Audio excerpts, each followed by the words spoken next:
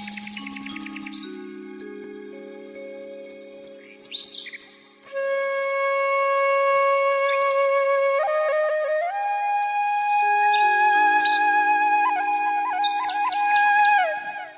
श्री राम मित्रों, आज के एपिसोड में हम बात करेंगे हिडिंबा राक्षसी कौन थी, कहाँ की रहने वाली थी और उसका महाभारत के महाबलशाली योद्धा भीम से क्या संबंध था।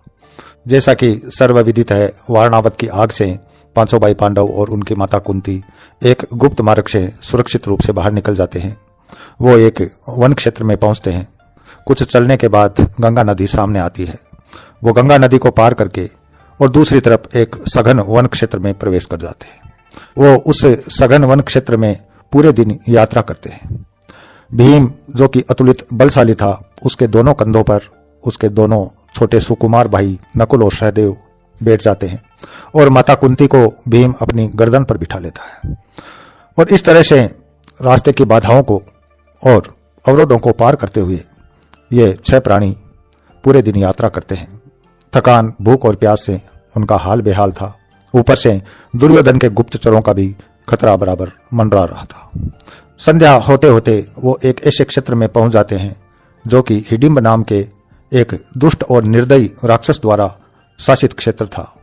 उस क्षेत्र में पहुंचने के बाद कुंती और उनके 5 पुत्र निर्णय करते हैं कि अब रात होने वाली है, आगे की यात्रा संभव नहीं है।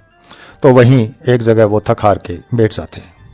भीम अपने 4 भाइयों और माता कुंती की हालत देख नहीं पाते। वो उनको वहीं रुकने के लिए कहकर और किसी जल स्रोत की खोज करने लग जाते हैं। जल पक्षियों की उसे आवाज सुनाई देती है।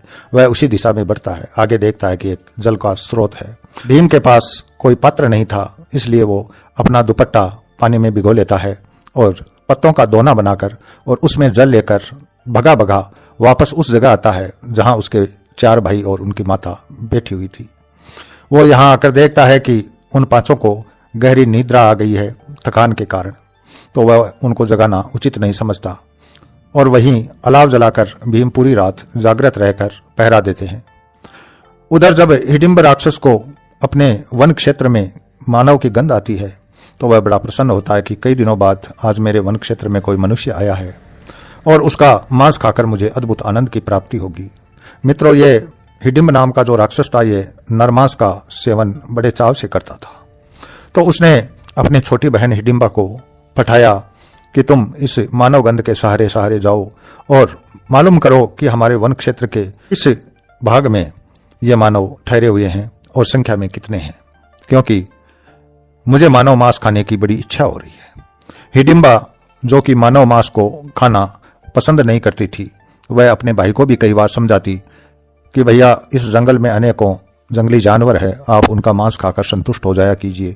मानव मांस का भक्षण करना अच्छी बात नहीं है। लेकिन यह दुष्ट अपनी बहन को डांट देता था। तो हिडिंबा को भेजा गया मानव की खोज में कि कौन मानव है जो हमारे वन क्षेत्र में आए हुए हैं। हिडिंबा पहुंचती है उस जगह जहां पर भीम अपने भाइयों और माता का पहरा दे रहे थे। प्रातः का समय था, सूर्योदय हो रहा था, लेकिन वो 5 जने अभी तक सोए हुए थे क्योंकि उनको बड़ी गहरी नींद आई हुई थी थकान के कारण। तो हिडिंबा आकर जब देखती है कि एक विशाल देहधारी, शारीरिक सौष्ठव वाला और तेजोमय चेहरे वाला नवयुवक वहां बैठा हुआ है और 5 जने सोए हुए हैं, तो वह भीम की विशालकाय देह और उसके अद्भुत व्यक्तित्व पर आसक्त हो जाती है और इच्छा करती है कि मैं इसको पति रूप में प्राप्त करूं।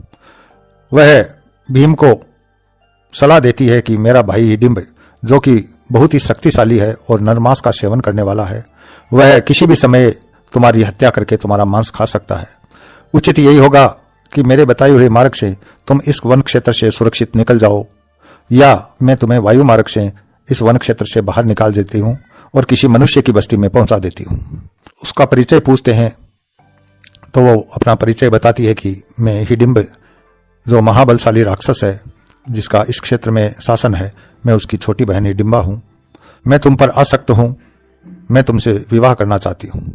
लेकिन भीम इस समय इस मनोदशा में नहीं थे।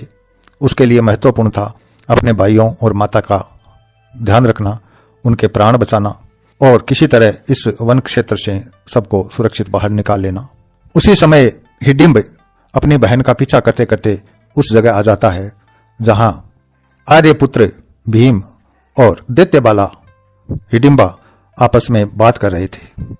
जब उस भाई ने देखा कि मेरी बहन किसी मनुष्य से बड़े प्रेम में तरीके से बात कर रही है, उसकी आंखों में उसके लिए प्रेम है, तो वह क्रोधित हो जाता है और हिडिंबा को धिक्कारता है कि तुमने राक्षस धर्म का उल्लंघन किया है। ये मनुष्य हमारे भक्षण के योग्य हैं जिनसे तुम प्रेम जता रही है। और ऐसा कहकर वह उसको मारने दौड़ता है। तभी भीम उसको चेतावनी देता है कि अरे दुष्ट, तुम लड़ता ही है तो मुझ जैसे मर्द से लड़, इस स्त्री पर क्यों हाथ उठाता है। और ऐसा कहकर उन दोनों में युद्ध छिड़ जाता है। युद्ध के दौरान वो दोनों ही महावीर लहूलुहान हो जाते हैं, जगह जगह से उनके शरीर कट फट जाते हैं। उधर उनकी आपस में गुर्राहट और चेतावनी, ललकार और शोर शराबे के कारण पांचों जने जो सोए हुए थे वो भी जाग जाते हैं और इन दोनों बलशालियों का युद्ध अचंभित भाव से वो देखते रहते हैं। और अंत में भीम हिडिंब का वध कर डालता है। अब तक सूर्योदय पूरा हो चुका था। भीम अपने पांचों परिजनों को साथ लेकर उस जल स्रोत के पास पहुंचता है जो उसने रात में देखा था। वहां जाकर सब स्नान आदि करते हैं, जल पीते हैं तो कुछ तरोताजा होते हैं।